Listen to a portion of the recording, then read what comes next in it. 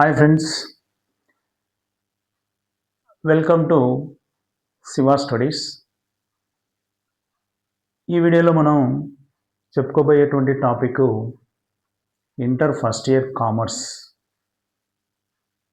Part 2 అకౌంట్స్లో chapter వైజ్గా తీసుకున్నట్లయితే first chapter book keeping and accounting. So ఈ వీడియోలో book keeping and accounting chapter వైజ్గా మనము ఎలాగ క్వశ్చన్స్ వస్తున్నాయి అంటే ఎగ్జామ్ పాయింట్ ఆఫ్ వ్యూలో చాప్టర్ వైజ్గానే ఎగ్జామ్ పాయింట్ ఆఫ్ వ్యూలో 99 మార్క్స్ ఎలా సాధించాలి దాన్ని బేస్ చేసుకొని చాప్టర్ వైజ్గా 2 marks questions, 1 marks fill in the blanks explanation ఈ చాప్టర్లో చేసుకుందాం. సరే, బుక్ కీపింగ్ అండ్ అకౌంటింగ్ అంటే ఏంటి? What is book keeping? Book keeping is a recording, only recording,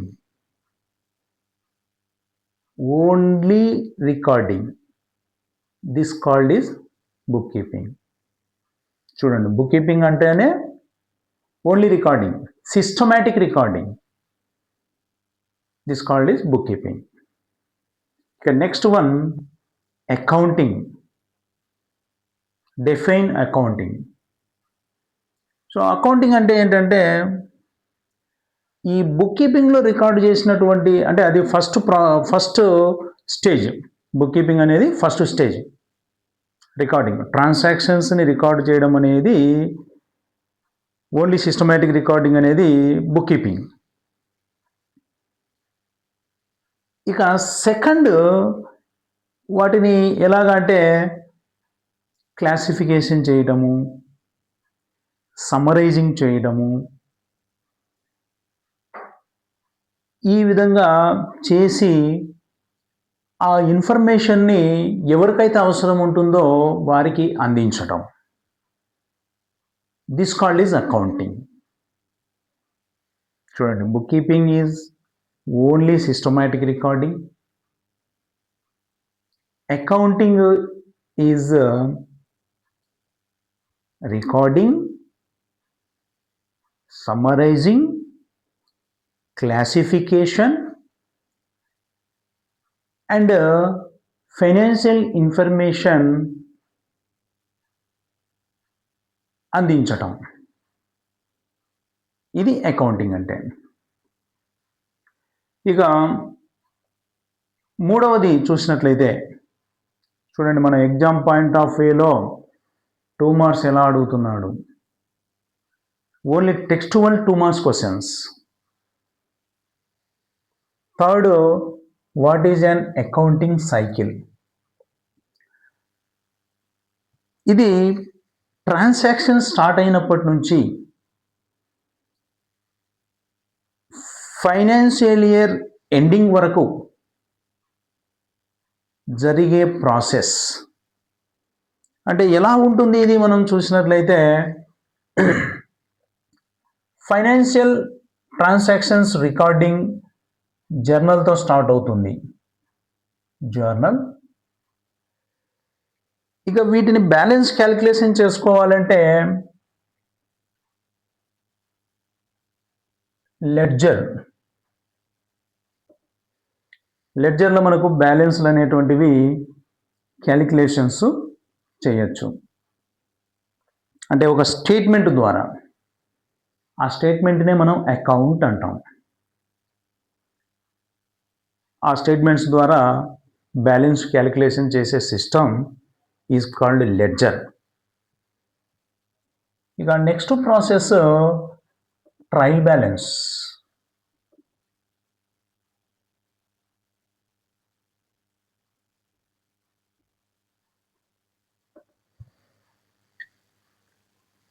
ఈ బ్యాలెన్సులన్నీ కూడా అంటే లెడ్జర్ అకౌంట్లో లెడ్జర్లో ఉన్నటువంటి బ్యాలెన్స్లన్నీ కూడా ఒక స్టేట్మెంట్లో రాసుకోవాలి. ఎందుకంటే ఫైనల్ అకౌంట్స్ చేయాలి కదా మనం ఎండ్ ఆఫ్ ది ఇయర్లో. మరి ఇన్ఫర్మేషన్ అంతా ఒక చోట ఉండాలి. ఇన్ఫర్మేషన్ అంతా ఒక చోట ఉండాలంటే ముందుగానే మనము ఒక స్టేట్మెంట్ను ప్రిపేర్ చేసుకోవాలి. అదే ట్రయల్ బ్యాలెన్స్. అంటే లెడ్జర్లో ఉన్నటువంటి బ్యాలెన్స్లన్నీ ఒక చోట ఒక స్టేట్మెంట్లో ప్రిపేర్ చేసేదాన్ని ట్రయల్ బ్యాలెన్స్ అంటాం. అక్కడ ఖచ్చితంగా అది టాలీ కావాలి, డెబిట్లు క్రెడిట్లు. ఎందుకంటే ప్రతి డెబిట్కి ఒక క్రెడిట్ ఈక్వల్గా ఉంటుంది కాబట్టి ట్రయల్ బ్యాలెన్స్ ఖచ్చితంగా ఈక్వల్ కావాలి. సరే, అది ట్రయల్ బ్యాలెన్స్ ప్రాసెస్. ఇక నెక్స్ట్ ప్రాసెస్ ఫైనల్ అకౌంట్స్.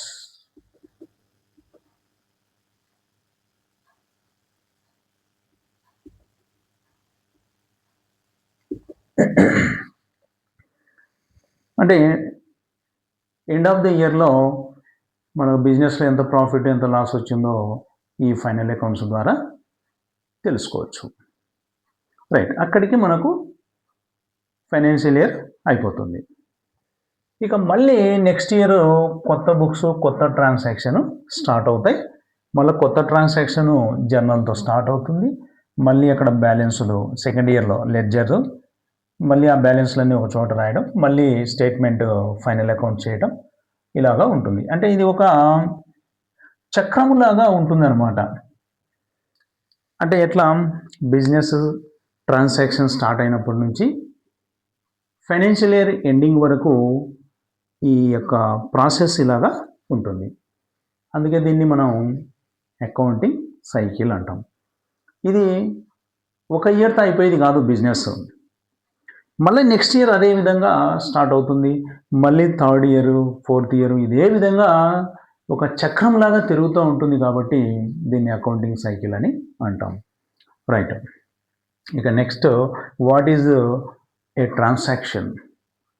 అంటే బిజినెస్ ట్రాన్సాక్షన్స్ అంటే పర్చేజ్ చేయడము, సేల్ చేయడము, రెంట్ పే చేయడము, ఇలాంటి బిజినెస్లో మనీ ట్రాన్సాక్షన్స్ ఏది జరిగినా కూడా దాన్ని బిజినెస్ ట్రాన్సాక్షన్స్ అంటాం.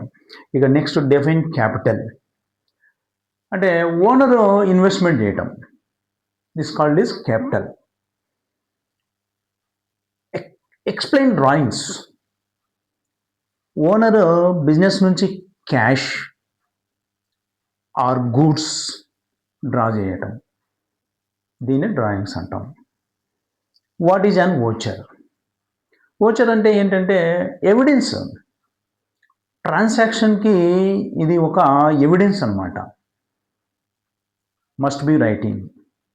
ఏదో ట్రాన్సాక్షన్ జరిగింది అనకుండా దాన్ని ఒక సిస్టమ్గా మనం రాసుకోవటం, ఎవిడెన్స్గా ఉండడం కోసమని రాస్తాము. దాన్నే వోచర్ అంటాం. ఇవి 2 మార్క్స్ టెక్స్టువల్ 2 మార్క్స్ క్వశ్చన్స్. ఇక టెక్స్టువల్ 1 మార్క్స్ క్వశ్చన్ విషయానికి వస్తే, ఇంకా ఫస్ట్ది ఈ అకౌంటింగ్ బుక్ కీపింగ్ ఆల్రెడీ మనం 2 మార్క్స్లో వచ్చింది కాబట్టి అది కూడా 1 మార్క్స్లో ఉంది. వాటి గురించి ఏం చెప్పాల్సిన అవసరం లేదు. ఇక నెక్స్ట్ అమెరికన్ అకౌంటింగ్ అసోసియేషన్. దీన్ని ఎక్స్ప్లెనేషన్ అని అడుగుతున్నాడు. ఎలా అడుగుతున్నాడంటే ఏ ట్రిపుల్ ఏ అడిగి దాన్ని యొక్క ఫుల్ ఫామ్ ఏంటి అంటున్నాడు. చూడండి, అమెరికన్ అకౌంటింగ్ అసోసియేషన్, ఇది ఫుల్ ఫామ్. ఇక అట్లే ఇంకొకటి కూడా ఫుల్ ఫామ్ అడుగుతున్నాడు, AICPA. చూడండి, AICPA American institute of certified public accountants. మళ్ళీ చూడండి జాగ్రత్తగా.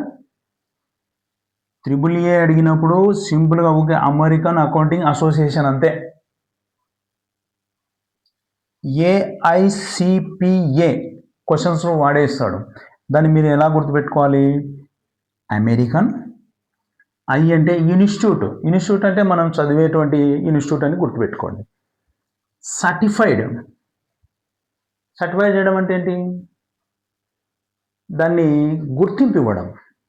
కాబట్టి మన అకౌంట్స్కి గుర్తింపు అనమాట, గుర్తింపు ఇచ్చినటువంటి ఒక సంస్థ పేరు అనమాట ఇది. కాబట్టి సర్టిఫైడ్ గుర్తు పెట్టుకోండి. సి అంటే సర్టిఫైడ్. ఇక పబ్లిక్ అంటే అందరు యాక్సెప్ట్ చేయాలా, అందరు యాక్సెప్ట్ చేస్తేనే కదా అకౌంట్స్ అయ్యేది.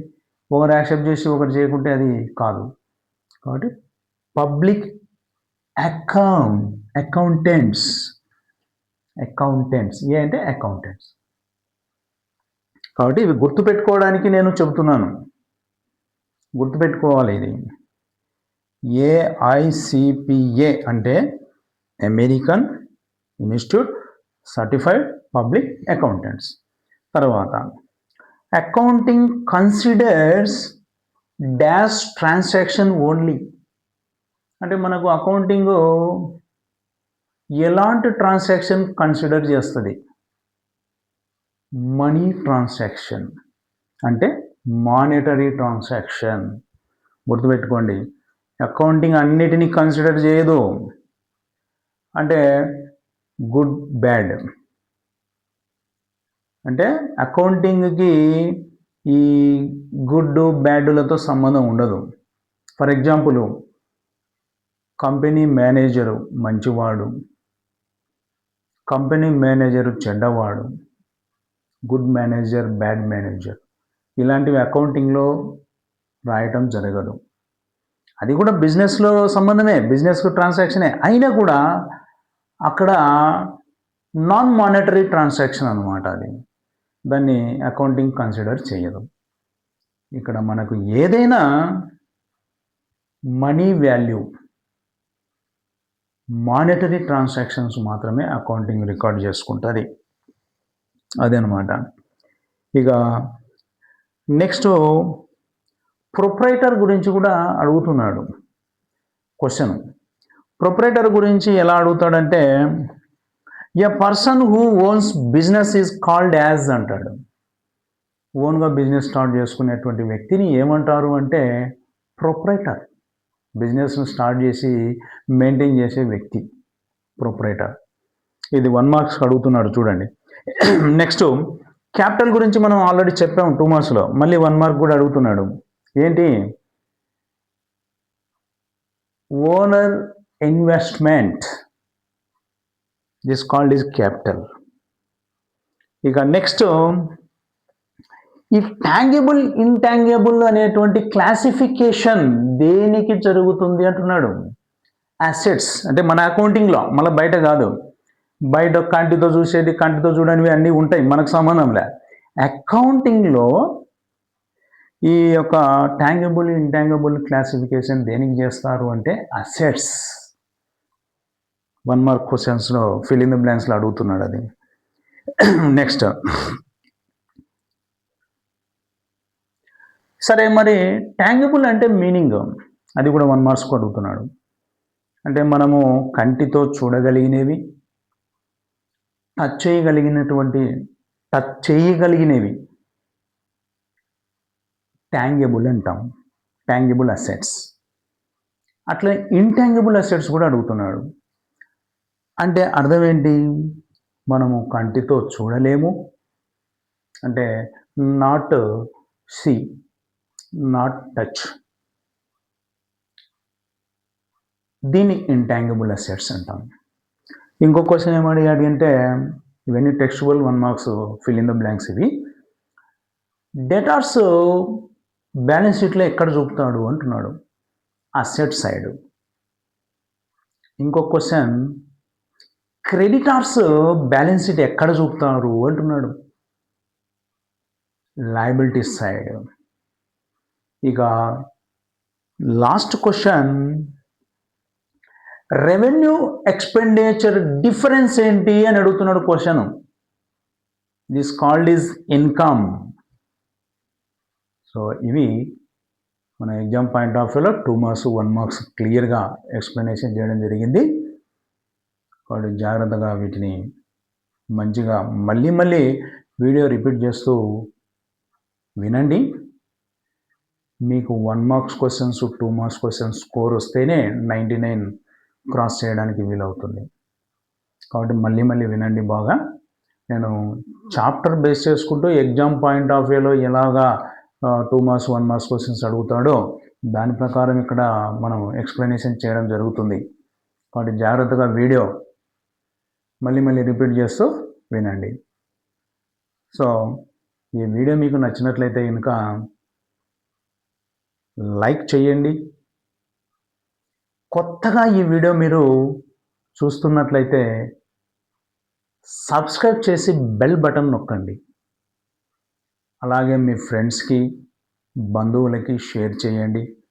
వాళ్ళకి ఈ వీడియో ఉపయోగపడుతుంది. సో ఇలా చేస్తే మీరు నాకు సపోర్ట్ ఇచ్చినట్లు అవుతుంది. నేను ఇంకా కొత్త వీడియోలు చేస్తూ మీ ముందుకు వస్తాను. సో మీరు ఆ వీడియోలు చూస్తూ మంచి స్కోర్ చేస్తూ ఎడ్యుకేషన్లో ముందుకెళ్ళాలని చెప్పి నేను ఆశిస్తున్నాను.